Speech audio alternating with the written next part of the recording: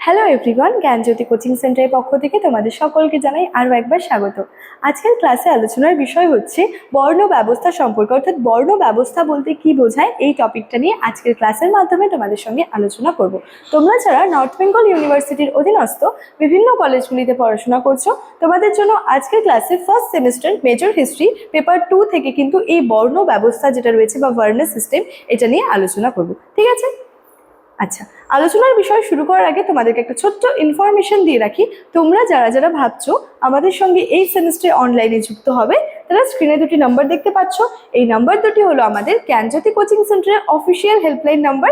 যে কোনো একটি নাম্বারে যোগাযোগ করে আমাদের সঙ্গে যুক্ত হয়ে যেতে পারো। ঠিক আছে? আচ্ছা, তার সাথে সাথে তোমাদের সেমিস্টারের কোর্স ফি সম্পর্কে বলে রাখি। তোমরা যারা মেজরের স্টুডেন্টস রয়েছো, তোমাদের জন্য যে কোর্স ফিটা রয়েছে সেটা রয়েছে 1299, এবং তোমরা যারা মাইনর স্টুডেন্টস রয়েছো, তোমাদের জন্য যে কোর্স ফিটা রয়েছে সেটা রয়েছে 699। ঠিক আছে? এর সাথে সাথে কোর্স ডিটেলস সম্পর্কে একটু বলে রাখি। দেখো, তোমরা যে এই কোর্স ফির বিনিময়ে তোমরা মাইনর স্টুডেন্টস হও অথবা মেজর স্টুডেন্টস হও, তোমরা যে এই কোর্স ফির বিনিময়ে আমাদের সঙ্গে যুক্ত হবে, তো তার বিনিময়ে কি কি সুযোগ সুবিধাগুলি পাচ্ছ। দেখো, প্রথমেই তোমরা পেয়ে যাচ্ছ প্রপার গাইডেন্স, দেন তোমরা recorded classes, high quality notes এবং 100% কমন সাজেশনসগুলো কিন্তু পেয়ে যাচ্ছ। ঠিক আছে?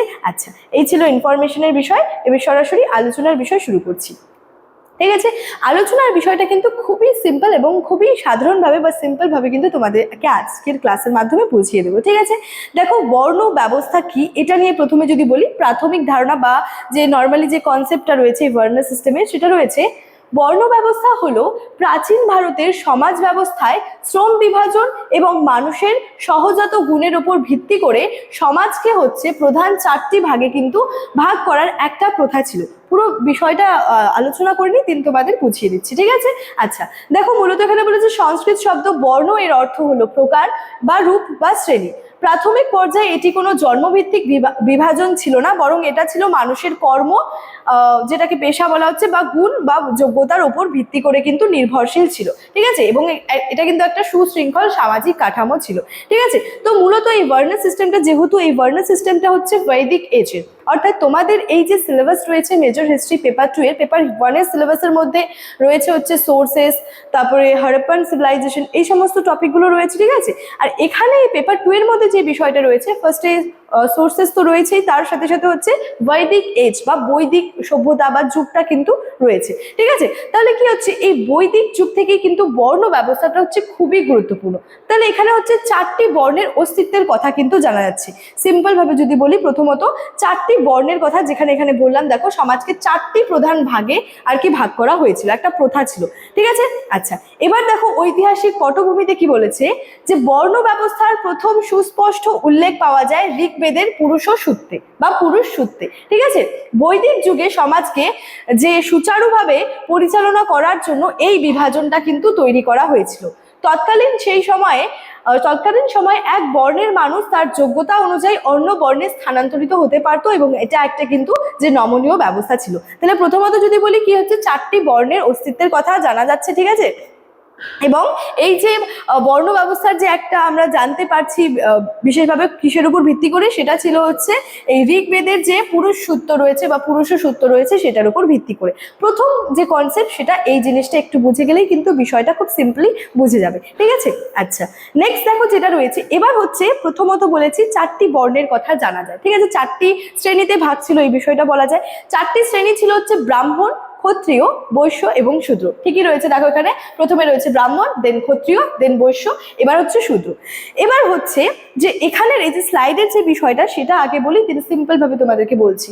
বলেছে, দেখো, যারা বিদ্যাচর্চা, শিক্ষাদান, ধর্মীয় রীতিনীতি পালনের সাথে যুক্ত ছিলেন, এই ব্রাহ্মণরা, এদের প্রধান কাজ ছিল সমাজের আধ্যাত্মিক এবং বৌদ্ধিক উন্নতি সাধন করা। ঠিক আছে? ব্রাহ্মণদের কাজ ছিল মূলত এই সমস্ত বিষয়। ক্ষত্রিয়দের কাজ কি ছিল? যাদের দায়িত্ব ছিল দেশ রক্ষা, শাসন কার্য পরিচালনা করা, সমাজের ন্যায় বিচার প্রতিষ্ঠা করা, এরা ছিলেন যোদ্ধা এবং শাসক শ্রেণীর অন্তর্গত। অন্তর্ভুক্ত। নেক্সট হচ্ছে বৈশ্য, যারা মূলত কৃষি, পশুপালন, ব্যবসা বাণিজ্যের সাথে যুক্ত ছিলেন এবং সমাজের অর্থনৈতিক ভিত্তি, উৎপাদন ব্যবস্থা এদের ওপর কিন্তু নির্ভরশীল ছিল।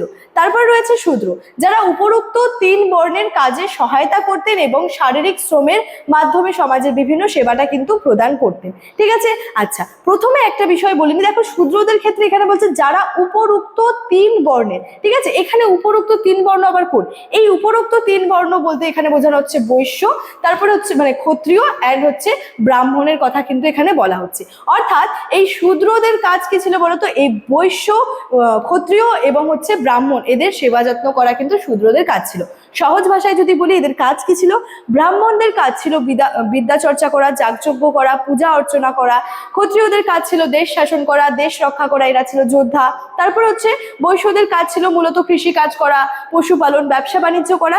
এবং শূদ্রদের কাজ ছিল এই 3 বর্ণ, ব্রাহ্মণ, ক্ষত্রিয়, বৈশ্য, এই 3 বর্ণের সেবা যত্ন করা এই শূদ্রদের কাজের মধ্যে ছিল। সিম্পল ভাবে কিন্তু জিনিসটা আমি বললাম। ঠিক আছে, আচ্ছা তারপরে রয়েছে দেখো কর্ম থেকে জন্মভিত্তিক প্রথা, অর্থাৎ বিবর্তন কি করে হলো? এটা প্রথমে কর্ম থেকে ছিল, দেন কি করে এটা জন্মভিত্তিক হয়ে গেল সেই বিষয়টা।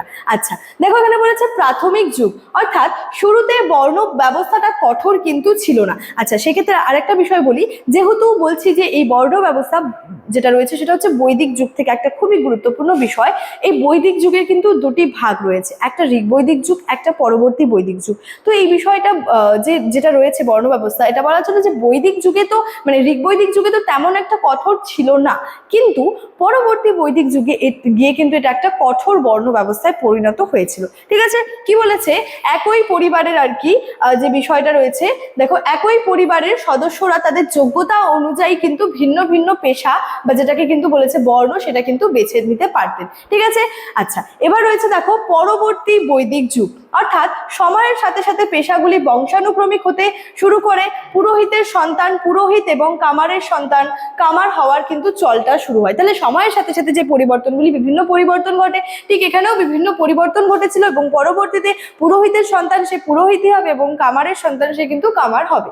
নেক্সট হচ্ছে জাতিভেদ প্রথার উদ্ভব, অর্থাৎ এই বংশানুক্রমিক পেশা থেকেই বর্ণ ব্যবস্থা ধীরে ধীরে কি হলো? একটা কঠোর জন্মভিত্তিক প্রথায় কিন্তু রূপান্তরিত হলো, যেটা পরবর্তীতে কি হয়েছিল? বৈষম্যমূলক জাতিভেদ প্রথার কিন্তু জন্ম দিয়েছিল। তাহলে দেখো প্রথমেই যেটা বললাম যে সময়ের সাথে সাথে কিন্তু বিভিন্ন জিনিসের ক্ষেত্রে পরিবর্তন আসে, বিশেষত সমাজের যে সমস্ত নিয়ম নীতিগুলি রয়েছে, যে প্রথাগুলি রয়েছে, সেগুলোতেও কিন্তু বিভিন্ন পরিবর্তন আসে। এখানে কি পরিবর্তন আসলো?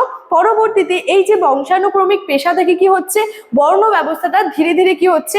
কঠোর জন্মভিত্তিক প্রথায় কিন্তু রূপান্তরিত হচ্ছে এবং পরবর্তীতে কিন্তু এটাই একটা বৈষম্যমূলক জাতিভেদ প্রথার কিন্তু জন্ম দিয়েছিল। তার সাথে সাথে রয়েছে বর্ণ এবং জাতির মধ্যে কিছু পার্থক্য রয়েছে, অর্থাৎ বর্ণ বলতে কি বোঝাইছে এবং জাতি বলতে কি বুঝিয়েছে। দেখো বর্ণ যেটা রয়েছে এটা একটা হচ্ছে প্রাচীন এবং তাত্ত্বিক ধারণা, অপরদিকে জাতি কি? এটা বর্ণ ব্যবস্থার একটা পরবর্তী এবং জটিল রূপ ছিল। নেক্সট রয়েছে সমগ্র সমাজ। বর্ণ কি করছে? সমগ্র সমাজকে 4টি বিস্তৃত বিভাগে কিন্তু ভাগ করছে, যেমন ব্রাহ্মণ, ক্ষত্রিয়, বৈশ্য, শূদ্র। তারপরে হচ্ছে অপরদিকে জাতি কি করছে? ভারতে হাজার হাজার জাতি উপজাতি রয়েছে যা সাধারণ নির্দিষ্ট পেশার উপর ভিত্তি করে কিন্তু গড়ে উঠছে। নেক্সট বর্ণ ব্যবস্থা কি রয়েছে? প্রাথমিকভাবে এটা মানুষের কর্ম ও গুণের উপর ভিত্তি করে তৈরি হয়েছিল। জাতিতে কি রয়েছে? জাতি সম্পূর্ণভাবে জন্মের উপর নির্ভরশীল ছিল এবং যে যে জাতিতে জন্মায় তার সামাজিক পরিচয় কিন্তু আজীবন সেটাই থেকে যাচ্ছে, সেটা কিন্তু আর কোনো পরবর্তীতে কিন্তু হচ্ছে না। নেক্সট বর্ণতে রয়েছে বর্ণ ব্যবস্থায় সামাজিক সচলতা, যেটাকে সোশ্যাল মোবিলিটি বলা হয়, সেটা তাত্ত্বিকভাবে সম্ভব ছিল। জাতির ক্ষেত্রে কি রয়েছে? জাতিভেদ প্রথাটা অত্যন্ত কঠোর ছিল, এখানে বিবাহ বা সামাজিক মেলামেশায় তীব্র কিন্তু বিধিনিষেধটাও কিন্তু দেখা যায়। তাহলে এই সিম্পল ডিফারেন্স রয়েছে বর্ণ এবং জাতির মধ্যে। ঠিক আছে, তাহলে দেখো বর্ণ ব্যবস্থাটা যেটা ঋগ বৈদিক যুগে যেমন ছিল, পরবর্তী বৈদিক যুগে গিয়ে কিন্তু সেই বর্ণ ব্যবস্থাটা তেমন ছিল না, অনেক কিন্তু পরিবর্তন ঘটেছিল। উপসংহারে বলা যায় প্রাচীন যুগে বর্ণ ব্যবস্থা শুরু হয়েছিল সমাজের কার্যাবলীকে সুশৃঙ্খল এবং কার্যকরী করার একটা আদর্শ উপায় হিসেবে। তবে কি হয়? সময়ের সাথে সাথে বিভিন্ন পরিবর্তন ঘটে, তার সাথে সাথে কি হচ্ছে? এটি তার নমনীয়তা হারিয়ে একটা অন্যায্য ও বৈষম্যমূলক জন্মভিত্তিক প্রথায় পরিণত হয়, যা আধুনিক যে গণতান্ত্রিক ও সাম্যবাদী সমাজের কিন্তু একটা প্রাসঙ্গিক আলোচনার বিষয় হয়ে পড়ে। অর্থাৎ কি, সময়ের সাথে সাথে বিভিন্ন পরিবর্তন ঘটে এবং ঋগ্বৈদিক যুগে যেমন এটা ছিল বর্ণ ব্যবস্থাটা, পরবর্তী বৈদিক যুগে কিন্তু তেমন ছিল না আর কি। এটার মূল বিষয় কিন্তু এখানে এটাই বলা হয়েছে, ঠিক আছে। তাহলে বর্ণ ব্যবস্থা কি, এখানে কোন কোন বর্ণের কথা বলা হয়েছে, তাদের কাজগুলি কি ছিল, সম্পূর্ণ কিছু নিয়ে কিন্তু আজকের এই ক্লাসের মাধ্যমে তোমাদের সঙ্গে আলোচনা করলাম। ইনফরমেশন যেটা ছিল সেটা কিন্তু ভিডিওর শুরুতে আলোচনা করে রেখেছিলাম। চলো আজকের ক্লাস এতটাই, দেখা হচ্ছে পরবর্তী ক্লাসে। Thank you.